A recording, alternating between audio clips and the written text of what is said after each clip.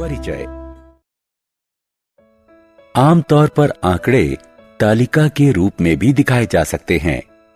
आंकड़ों का सचित्र प्रस्तुतिकरण आलेख कहलाता है। इस अध्याय में हम आयत चित्र और रेखा आलेख के बारे में पढ़ेंगे। आलेख को अच्छी तरह से समझाने के लिए समाचार चैनल और पत्रिकाएं आलेख का उपयोग करती हैं। आलेख से बड़ी आसानी से समझा जा सकता है। ये पाई चार्ट है जिसमें एक पत्रिका की दुनिया भर के विभिन्न देशों में बिक्री की तुलना की गई है। इस तरह हम देखते हैं कि आलेख हमारे जीवन में कितनी अहम भूमिका निभाते हैं।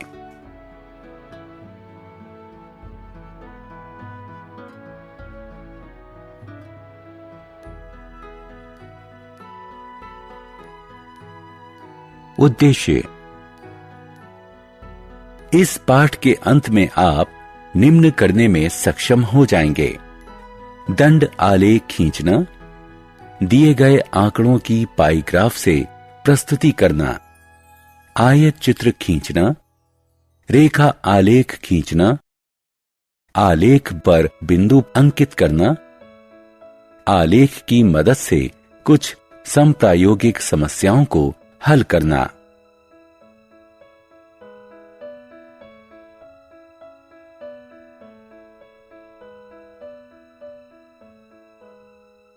आलेख प्रस्तुति। दंड आलेख। यहां सांख्यिकी आंकड़ों को सचित्र, समान चौड़ाई वाले कई ऊर्ध्वाधर या क्षैतिज आयताकार स्तंभ जो एक दूसरे से समान अंतर पर हैं के द्वारा दिखाया गया है।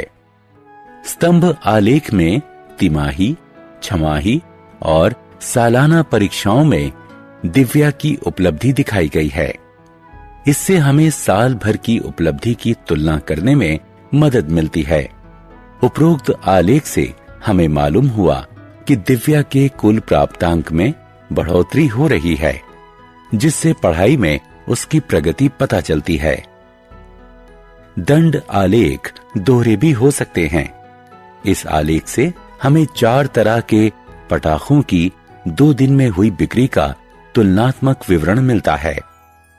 उपरोक्त आलेखों में पहला आलेख एक छात्रा की 3 परीक्षाओं की तुलना दिखाता है।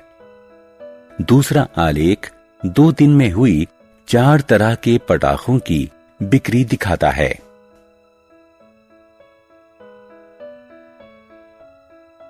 वृत्त आलेख या पाई ग्राफ।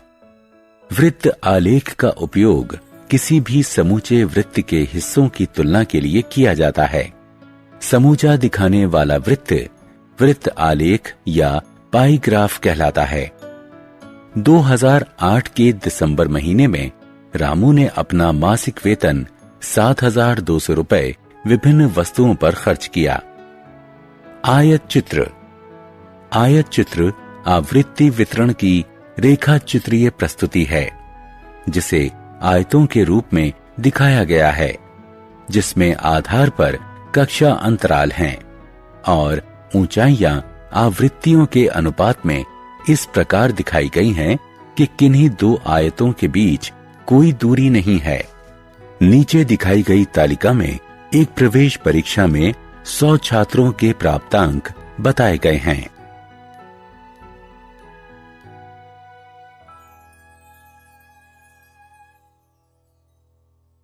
रेखा आलेख। रेखा आलेख से वे आंकड़े दिखाए जाते हैं जो समय की अवधि के साथ निरंतर बदलते रहते हैं। उपरोक्त तालिका में चेन्नई शहर का तापमान दिखाया गया है, जो दिन में हर 4 घंटे में लिया जाता है। इसे हम समय तापमान का आलेख कहते हैं। क्षैतिज अक्ष रेखा एक्स अक्ष तापमान लिए जाने का समय दिखाती है। ऊर्ध्वाधर रेखा यानी वाई अक्ष तापमान दिखाती है। प्रत्येक 4 घंटे का तापमान दर्ज करके बिंदुओं के रूप में आलेख में दिखाया जाता है। इन बिंदुओं को रेखा खंडों से जोड़ा जाता है जिससे बनता है रेखा आलेख। आलेख से हम देख सकते हैं कि सुबह 10 बजे से दोपहर बाद 2 बजे तक तापमान में 2 डिग्री सेल्सियस की बढ़ोतरी हुई।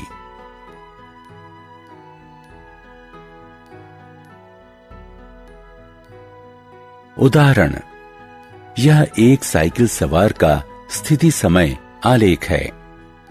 आलेख में उन पलों का समय दिखाया गया है जब साइकिल सवार ने अनदेखी होने पर अपनी गति बदल दी। आलेख देखकर हम उस एक पल में साइकिल सवार की स्थिति का पता लगा सकते हैं। किस समय वो किस जगह पर किस गति से जा रहा था, उसने कितनी दूरी तय की, यहां तक कि वो किस दिशा में गया।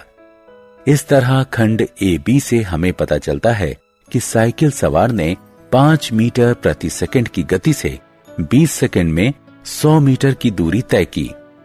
खंड बीसी से पता चलता है कि साइकिल सवार 100 मीटर का फासला तय करने के बाद रुका। खंड सीडी में हम देखते हैं कि साइकिल सवार और तेज गति से आगे बढ़ा और 20 सेकंड में उसने 200 मीटर की दूरी तय कर ली। इसका अर्थ ये हुआ कि वो 10 मीटर प्रति सेकंड की रफ्तार से जा रहा था।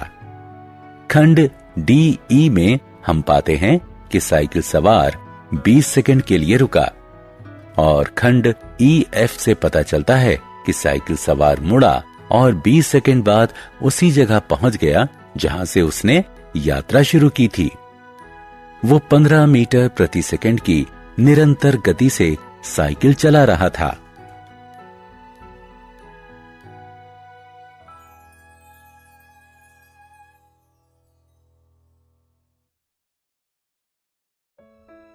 निर्देशांक। कक्षा में अपने स्थान का पता लगाइए। इसके लिए आपको 2 संख्याएं चाहिए, एक तो पंक्ति संख्या और दूसरी स्तंभ संख्या।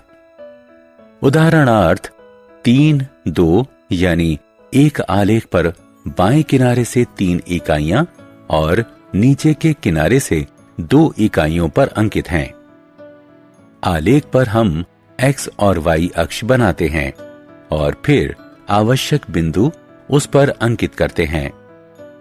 3 कहलाएगा बिंदु का x निर्देशांक, 1, 2 है बिंदु का y निर्देशांक। हम कहेंगे बिंदु के निर्देशांक हैं 3, 2। हमेशा पहली संख्या x निर्देशांक को दर्शित करती है और दूसरी संख्या y निर्देशांक को।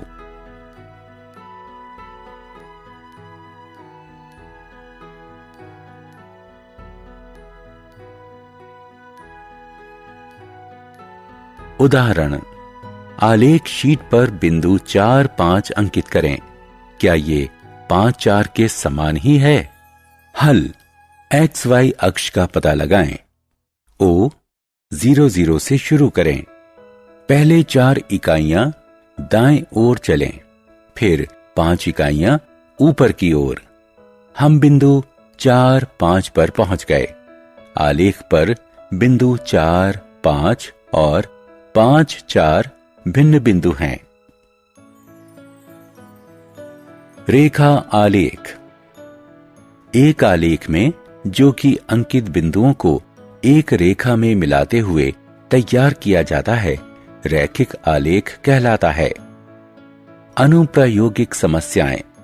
दैनिक जीवन में हम सुनते रहते हैं कि विश्व में ईंधन की कीमतें बढ़ने से पेट्रोल की कीमत बढ़ जाती है। अगर पेट्रोल का उपयोग कम किया जाए तो बिल की राशि भी कम रहेगी। इसका अर्थ हुआ कि एक मात्रा का दूसरी मात्रा पर असर पड़ता है।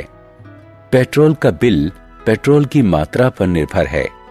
हम कहेंगे कि पेट्रोल की मात्रा स्वतंत्र चर है और पेट्रोल बिल की राशि उसका आश्रित चर है।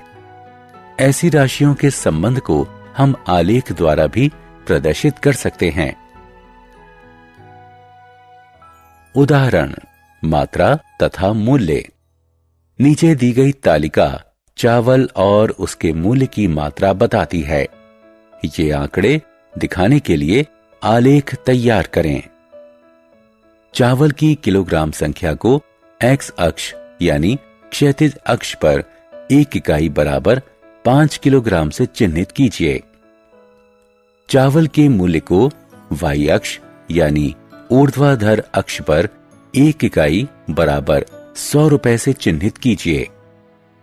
बिंदुओं को अंकित करें। 10, 300, 15, 450, 20, 600 और 25, 750। बिंदुओं को जोड़ें। आलेख मूल के बीच से गुजरेगा। मान लीजिए हम 17 किलोग्राम चावल का मूल्य जानना चाहते हैं, तो क्षैतिज अक्ष पर 17 ढूंढें। फिर 17 से गुजरते ऊर्ध्वाधर अक्ष का अनुसरण करें जब तक कि वो आलेख P पर ना मिल जाए। P से एक क्षैतिज रेखा लें और 475 पर ऊर्ध्वाधर अक्ष से जोड़ दें। ये मिलन बिंदु 17,475 आपका उत्तर है। ये एक ऐसी परिस्थिति का आलेख है जिसमें दो राशियां समानुपात में हैं। ये आलेख हमेशा रैखिक ही होगा। उदाहरण, मूल और साधारण ब्याज। एक बैंक वरिष्ठ नागरिकों को उनकी जमा राशि पर 11% साधारण ब्याज देता है। जमा राशि और उस पर अर्जित ब्याज के बीच संबंध दिखाने वाला आलेख बनाएं। 500 रुपए के निवेश पर मिलने वाला वार्षिक ब्याज। 88 रुपए वार्षिक साधारण ब्याज अर्जित करने के लिए आपको कितना निवेश करना होगा? हल। क्षैतिज अक्ष पर रुपए का निवेश x में अंकित करें। यहां एक इकाई बराबर 100 रुपए है। ऊर्ध्वाधर अक्ष पर ब्याज के रुपए को y अंकित करें। यहां एक इकाई बराबर 10 रुपए है।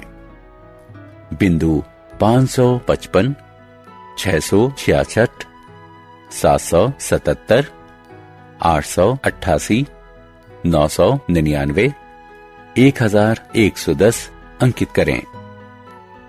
अब इन बिंदुओं को जोड़ दें। 500 रुपए x अक्ष पर हमें मिलेगा 55 रुपए ब्याज y अक्ष पर। y अक्ष पर 88 रुपए होने पर जमा राशि होगी 800 रुपए x अक्ष पर। उदाहरण, समय और दूरी। अक्षय किसी कार को लगातार 40 किलोमीटर प्रति घंटा की रफ्तार से चला सकता है।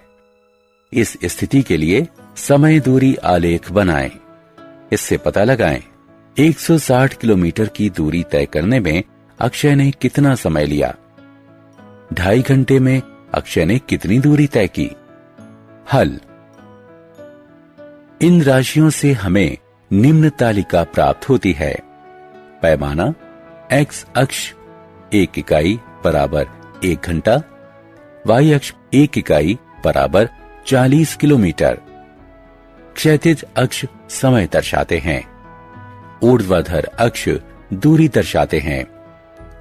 1 40, 2 80, 3 120, 4 160 तथा 5 200 बिंदुओं को अंकित कीजिए। बिंदुओं को मिलाइए, हमें एक रैखिक आलेख प्राप्त होता है। ऊर्ध्वाधर अक्ष पर 160 किलोमीटर क्षैतिज अक्ष के 4 घंटे के अनुपात में है। क्षैतिज अक्ष का 2.5 घंटा ऊर्ध्वाधर अक्ष के 100 किलोमीटर के अनुपात में है। इसलिए 160 किलोमीटर की दूरी अक्षय ने 4 घंटे में तय की और 2.5 घंटे में वो 100 किलोमीटर की दूरी तय कर सकेगा। सारांश। आइए हमने जो कुछ सीखा है उसे संक्षेप में दोहराएं। आंकड़ों की सचित्र प्रस्तुति आलेख कहलाती है। दंड आलेख का उपयोग श्रेणियों के बीच तुलना के लिए किया जाता है। किसी समूचे के हिस्सों की तुलना करने के लिए वृत्त आलेख पाई ग्राफ का उपयोग किया जाता है। आयत चित्र लगातार अंतराल वाले आंकड़ों के लिए दंड आलेख होता है। रेखा आलेख में वो आंकड़े दिखाए जाते हैं जो समय के साथ बदलते रहते हैं। अंकित बिंदुओं को मिलाने पर प्राप्त आलेख एक सरल रेखा होती है। आलेख पर एक बिंदु अंकित करने के लिए हमें x और y निर्देशांकों की जरूरत पड़ती है। हम रेखा आलेख के माध्यम से समानुपात दिखा सकते हैं।